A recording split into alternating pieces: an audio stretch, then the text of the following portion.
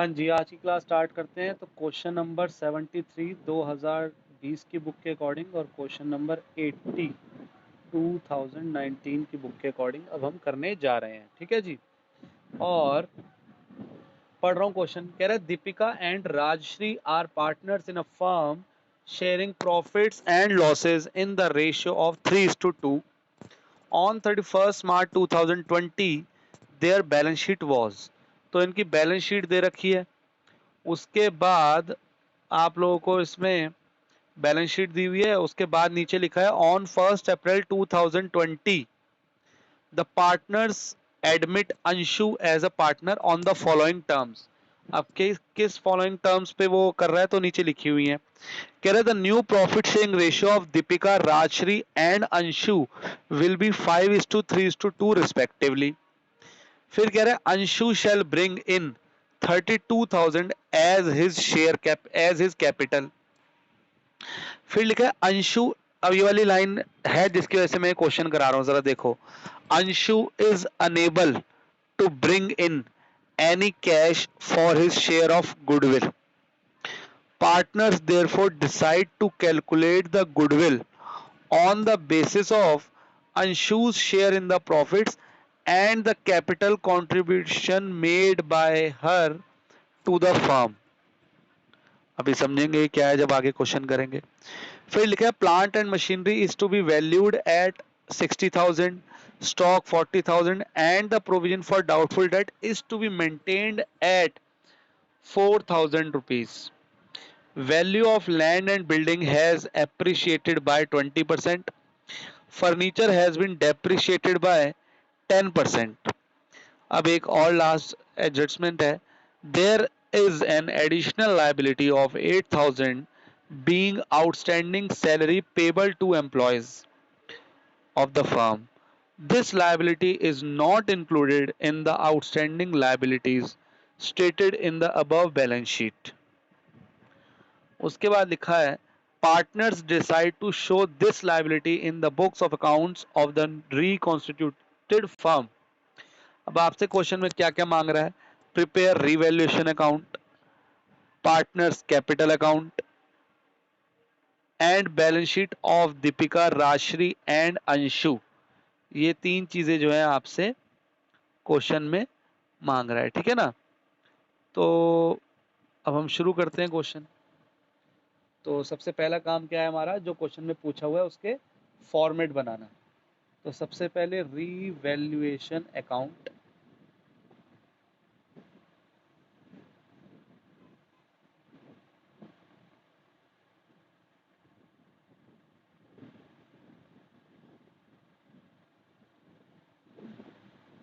ये हो गया रीवैल्यूएशन अकाउंट। उसके बाद partners capital account, partners capital account.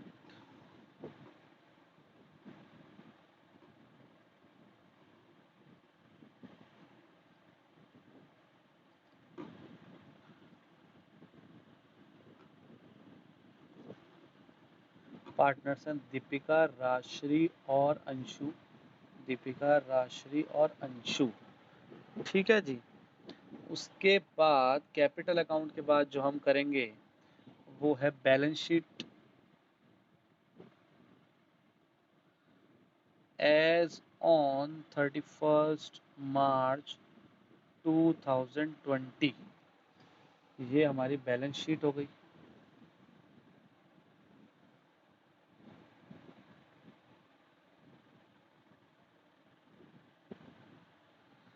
ये एसेट लायबिलिटी।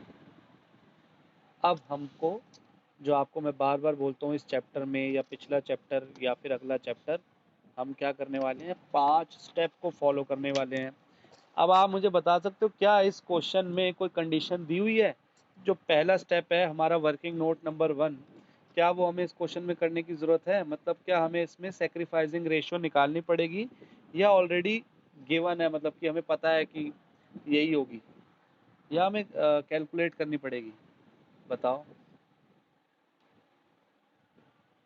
क्या इस क्वेश्चन में कोई कंडीशन है या इसमें दीपिका और राजश्री की सैक्रिफाइसिंग रेशियो 3:2 ही होगी, या मुझे कैलकुलेट करना है? बताओ जल्दी से।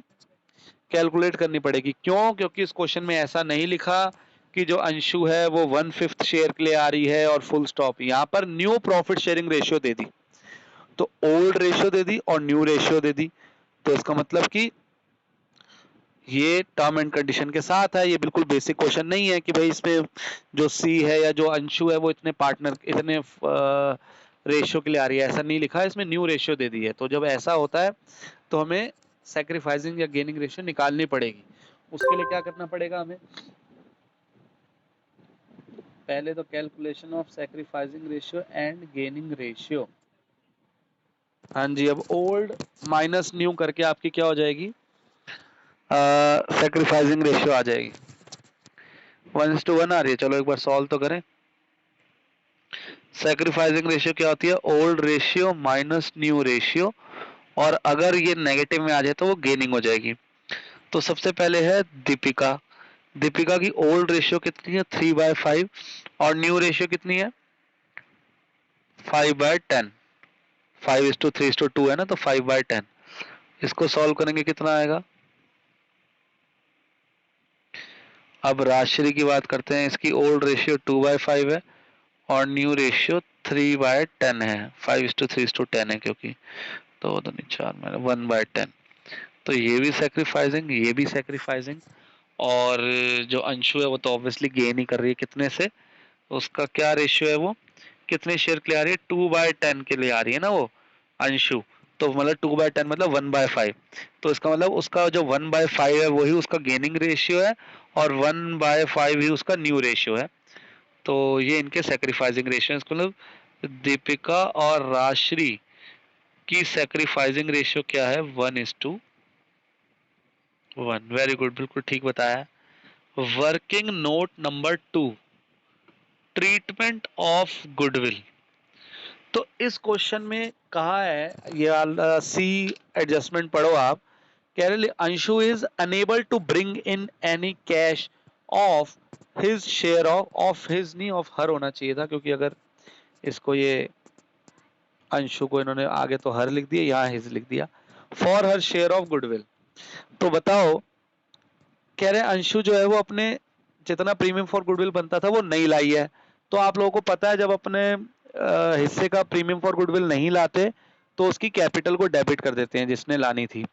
लेकिन पहले अमाउंट तो पता चले, कितना अमाउंट लाना था इसमें।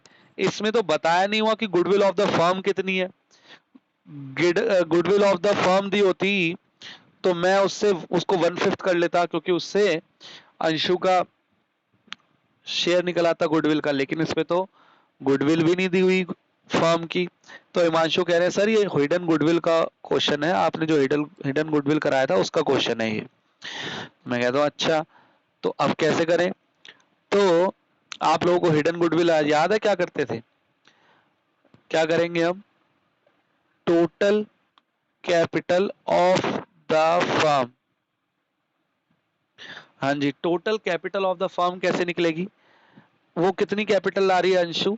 32,000 ला रही है, और कितने शेयर के लिए आ रही है? 1/5। तो हम रेसिप्रोकल कर देंगे 5/1। तो ये आ गया 1,60,000। तो इसका मतलब 1,60,000 total capital of the firm आ गई। अब एक्चुअल कैपिटल ऑफ 3 पार्टनर्स, तीनों पार्टनर्स की जरा कैपिटल निकालते हैं, वो कितनी होगी? तो अंशु की तो 32,000 है, और दीपिका की है 48,000, और राजश्री की है 40,000। कितनी बोली? 1,20,000। 1,20,000 रुपए। कोई प्रॉफिट या लॉस तो नहीं है? देख लो जरा, वो भी हमें लेना पड़ेगा इसमें। कोई प्रॉफिट या लॉस हो तो वो भी देख लो।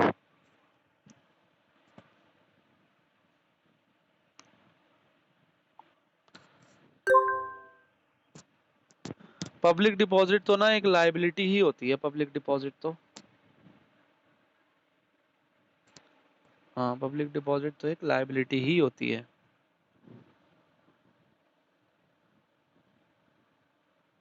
और कोई देख लो कुछ हो।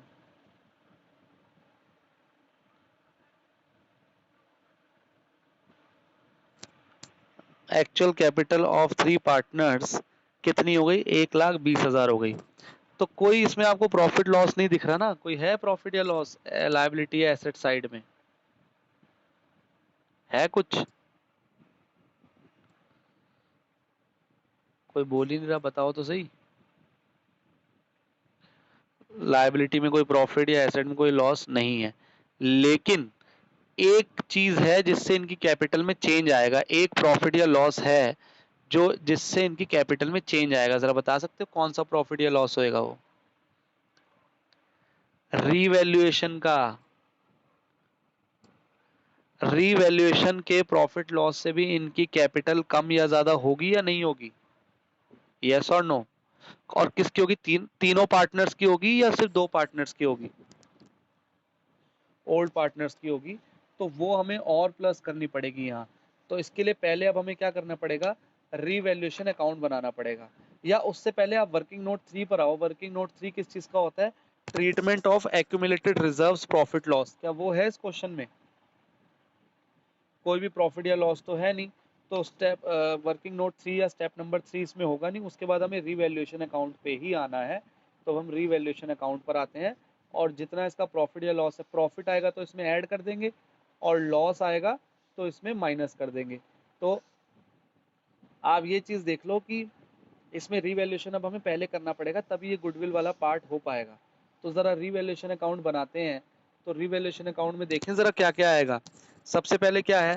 कह रहा है प्लांट एंड मशीनरी जो है ना, वो 60,000 की हो गई है। Plant and machinery is to be valued at 60,000, मतलब 60,000 रुपये हो गई है। पहले कितनी थी? प्लांट एंड मशीनरी पहले 48,000 थी, अब 60,000 हो गई है। तो कितने रुपए का फायदा या नुकसान हुआ?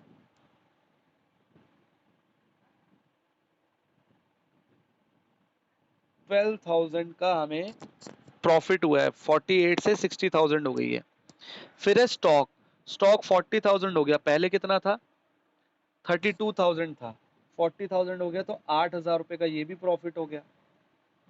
तो बाय स्टॉक। उसके बाद कह रहा है प्रोविजन फॉर डाउटफुल डेट जो है ना, वो 4,000 रुपये मेंटेन करना है। और अभी कितना बना हुआ है जरा बताओगे? अभी कितना बना हुआ है? प्रोविजन फॉर डाउटफुल डेट 800 रुपये बना हुआ है। हमें बनाना कितना है? 4,000 बनाना है। तो इसका मतलब और कितने से बनाए अब हम? 3,200 से। तो हमारे को प्रॉफिट होगा या लॉस? इसमें हमें लॉस होएगा। तो to provision for doubtful debt 3,200। उसके बाद क्या है? उसके बाद है value of land and building has been appreciated by 20%। तो लैंड एंड बिल्डिंग की वैल्यू कितनी है? 50,000। कह रहे 20% बढ़ा दो। तो प्रॉफिट होएगा 50,000 का 20% कितना हो जाएगा? 10,000 रुपये। और फिर कह रहे हैं फर्नीचर पे 10% डेप्रिसिएशन लगा दो। तो फर्नीचर कितना है? 10,000। उसका 10% कितना हो जाएगा? 1,000। और डेप्रिसिएशन लगेगा तो फर्नीचर की वैल्यू कम होगी, तो लॉस होगा, डेबिट करेंगे 1,000 रुपये। अब एक चीज और रह गई है। कह रहे एक एडिशनल लाइबिलिटी है, outstanding salary payable to employees को। लेकिन वो कह रहा है ऊपर जो आउटस्टैंडिंग लाइबिलिटी लिखी हुई है ना लाइबिलिटी साइड में, उसमें ये इंक्लूड नहीं है। लेकिन अब कह रहे हैं कि अब इसको इंक्लूड कर लो। तो अब 8,000 रुपए की लाइबिलिटी और बढ़ गई। तो प्रॉफिट हुआ या लॉस हुआ है? तो इस तरफ लिख देंगे टू आउटस्टैंडिंग लाइबिलिटी कितने रुपए? 8,000 रुपए। इसके अलावा और कुछ है या बस बंद कर दूं इसको?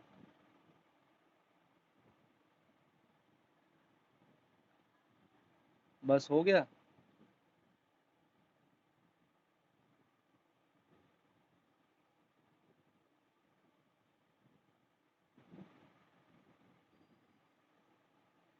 ये आ गया 12, 30,000। 30,000, 8 और 9 3 12, 30 में से 12 गए 18, 17,800। तो लिखेंगे टू प्रॉफिट ट्रांसफर टू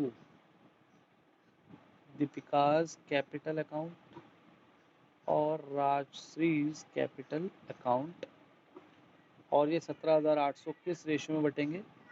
17,800 बटेंगे 3:2 की रेशियो में, ओल्ड रेशियो में। तो 17,800 को जरा ओल्ड रेशियो में बांटते हैं, कितना आएगा ये करके देखता हूँ मैं। 5 3 15 5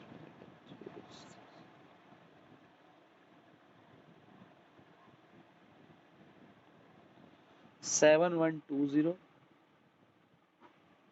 और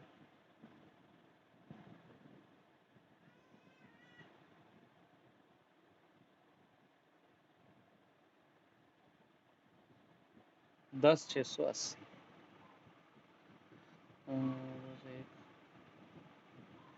हाँ, 10,680 और 7,120।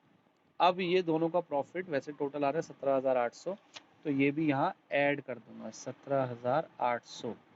तो उनकी एक्चुअल में जो कैपिटल है, आप लोगों को याद होगा हिडन गुडविल में जब हमने क्वेश्चन करा था उसमें उनकी कैपिटल दे रखी थी ओल्ड पार्टनर्स की, और फिर नीचे प्रॉफिट भी दिया हुआ था। याद है? फिर वो प्रॉफिट हमने उनकी कैपिटल में ऐड कर दिया था, याद आया आप लोगों को? एक क्वेश्चन करा था, मुझे याद है हमने करा था ऐसा। तो ऐसे इसमें क्या हो रहा है कि इसमें भी जो प्रॉफिट है रिवैल्यूएशन का या लॉस होता है तो उसको प्लस या माइनस करेंगे, और ये कितना आ जाएगा 1,37,800, 1,37,800। और अब हमारी निकल जाएगी हिडन गुडविल, कैसे?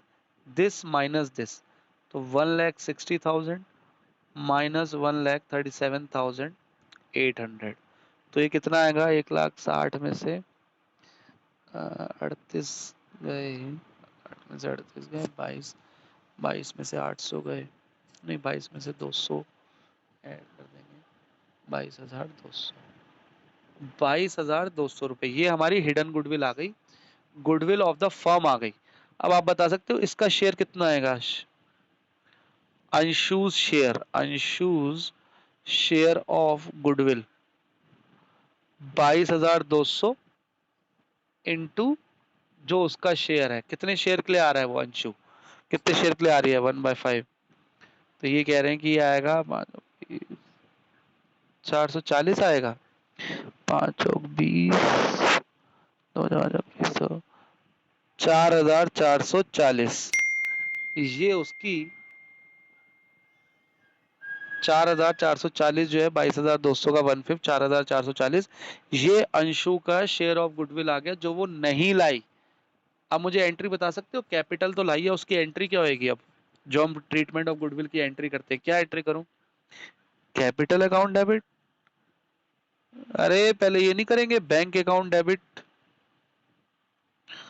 टू अंशुज कैपिटल, ये एंट्री भी मतलब लिख दो ना, क्योंकि फिर इसमें कैपिटल आया, फिर हम कैपिटल अकाउंट बनाएंगे, वहां काम आएगी। हाँ, अब एंट्री है ट्रीटमेंट ऑफ गुडविल ही तो कर रहे हैं हम, ट्रीटमेंट ऑफ, कोई बात नहीं। अब इसमें एक एंट्री तो ये हो गई, दूसरी एंट्री क्या होगी? अंशु की कैपिटल डेबिट कर देंगे, क्यों? क्योंकि वो लेकर नहीं आई है अपनी प्रीमियम फॉर गुडविल। और ये नहीं, गलत जवाब, टू ओल्ड पार्टनर्स नहीं, टू किस रेशियो में बांटते हैं हम? ये किस रेशियो में बांटते हैं? तो फिर कौन से पार्टनर्स में बटेगा ये? कौन से पार्टनर्स में बटेगा? सैक्रिफाइसिंग पार्टनर्स में। ओल्ड पार्टनर्स क्यों बोल रहे हो?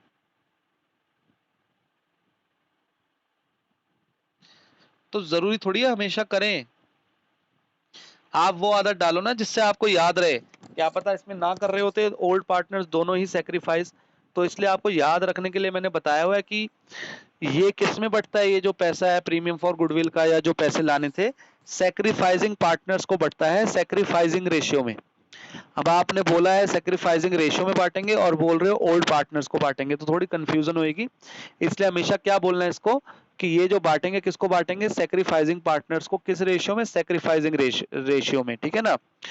तो 4,440 रुपए डी और आर को बटेंगे किस रेशियो में, इनकी सैक्रिफाइसिंग रेशियो में, जो कि 1:1 है। तो 2220 2220 क्लियर हुआ आपको। ये इनको इसके पैसे बट गए जो इनको बटने चाहिए थे, अगर वो प्रीमियम फॉर गुडविल का पैसा लाती। नहीं लाई कोई बात नहीं, अब ऐसे कर लेंगे। तो इतना तो क्लियर हो गया मेरे ख्याल। अब हमने क्या करना है, कैपिटल अकाउंट बनाना है। ये सब कर लिया हमने, अब हमने बनाना है कैपिटल अकाउंट। कैपिटल अकाउंट अब ध्यान से देखना, सबसे पहला काम तो हमको पता है क्या करना है, बाय बैलेंस बीडी। कितनी है बैलेंस बीडी, 48,000 40,000 और इसका कुछ नहीं है। अब कहाँ कहाँ पे कैपिटल डेबिट क्रेडिट हुई है वो देखना है। तो एक तो ये हुई है bank account debit to Anshu's capital, एक तो ये हुई है। तो इसलिए एक तो यहाँ आ जाएगा बाय बैंक अकाउंट और अंशुज कैपिटल में लिख देंगे कितने, 32,000 रुपीज। ठीक है जी। उसके बाद फिर ये हुई है entry A to D to R. तो इसको देख लो कैसे करते हैं। अंशु की कैपिटल क्या हुई है, डेबिट हुई है। अंशु की कैपिटल डेबिट किस साइड होगी, इस तरफ होगी। किसने करा है उसको, दीपिकास कैपिटल ने करा है और राजश्री कैपिटल ने करा है, दोनों ने करा है। और अमाउंट कितना कितना है, 2220 और 2220। ठीक है, 2220 और 2220।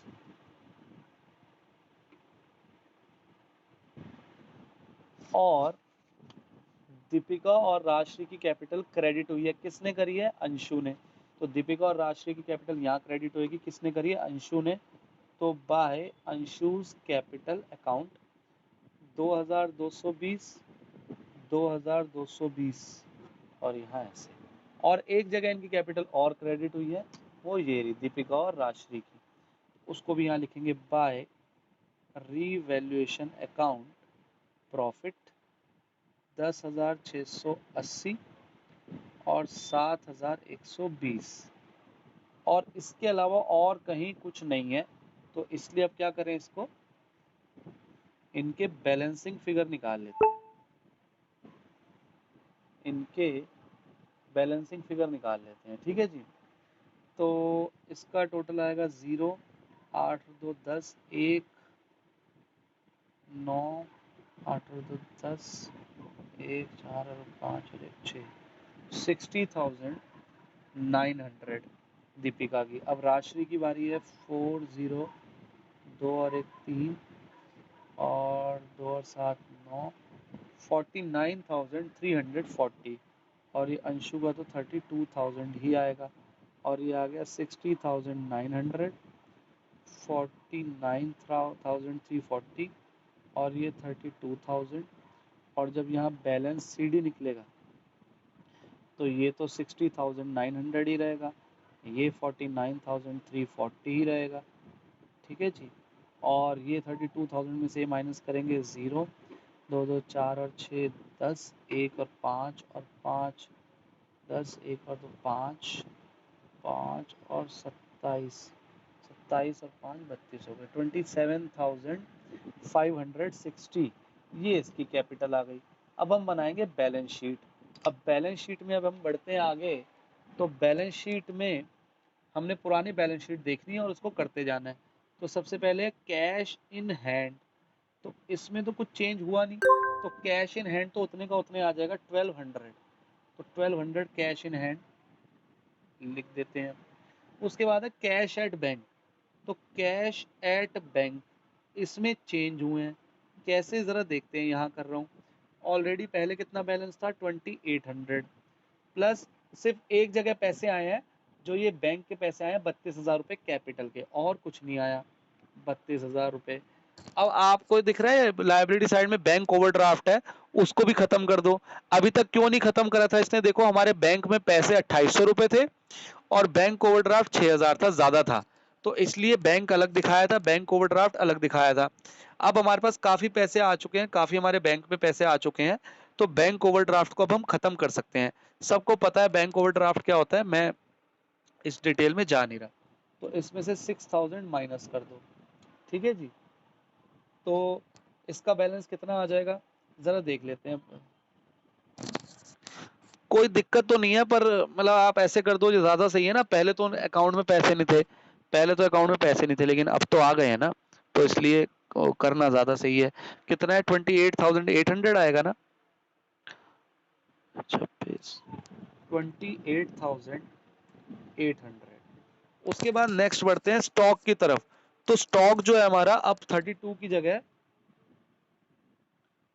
40,000 हो चुका है। और स्टॉक के बाद है प्रीपेड इंश्योरेंस, तो वो भी ऐसे की ऐसी रहेगी, कोई चेंज तो हुआ नहीं है इसमें। प्रीपेड इंश्योरेंस जो है हमारी वो 1,000 रुपए है। उसके बाद है सन्ड्री डेटर्स, तो इसमें कुछ चेंज हुआ है। सन्ड्री डेटर्स तो हमारे उतने ही है, सन्ड्री डेटर्स में नहीं चेंज हुआ, पर प्रोविजन फॉर डाउटफुल डेट में चेंज हुआ है। प्रोविजन फॉर डाउटफुल डेट पहले 800 थे, अब 3200 से और बना दिए हमने, टोटल 4000 हो गए। तो 4000 इसमें से माइनस करेंगे तो ये आएगा 24,800। ठीक है जी, ये हो गया। उसके बाद डेटर्स के बाद है प्लांट एंड मशीनरी। तो प्लांट एंड मशीनरी की शायद हमने नई वैल्यू लिखी थी, 60,000 हो चुकी है अब नई वैल्यू 60,000। प्लांट एंड मशीनरी के बाद है लैंड एंड बिल्डिंग। तो लैंड एंड बिल्डिंग जो है ना उसकी वैल्यू 10,000 रुपये बढ़ गई थी, पहले कितनी है 50,000, तो अब 60,000 हो गई ये भी। उसके बाद है फर्नीचर। तो फर्नीचर मुझे कुछ याद आ रहा है कम हो गया था फर्नीचर 1,000 रुपये से, तो अब ये 9,000 का रह गया है। ठीक है जी। अब आते हैं लायबिलिटी साइड पे। अब लायबिलिटी साइड में हमारा सबसे पहले है सन्ड्री क्रेडिटर्स। तो सन्ड्री क्रेडिटर्स में तो मेरे ख्याल कोई चेंज नहीं हुआ, कोई रिवैल्यूएशन अकाउंट में इसके रिगार्डिंग कुछ आया है नहीं, तो ये ऐसे ही रहेगा।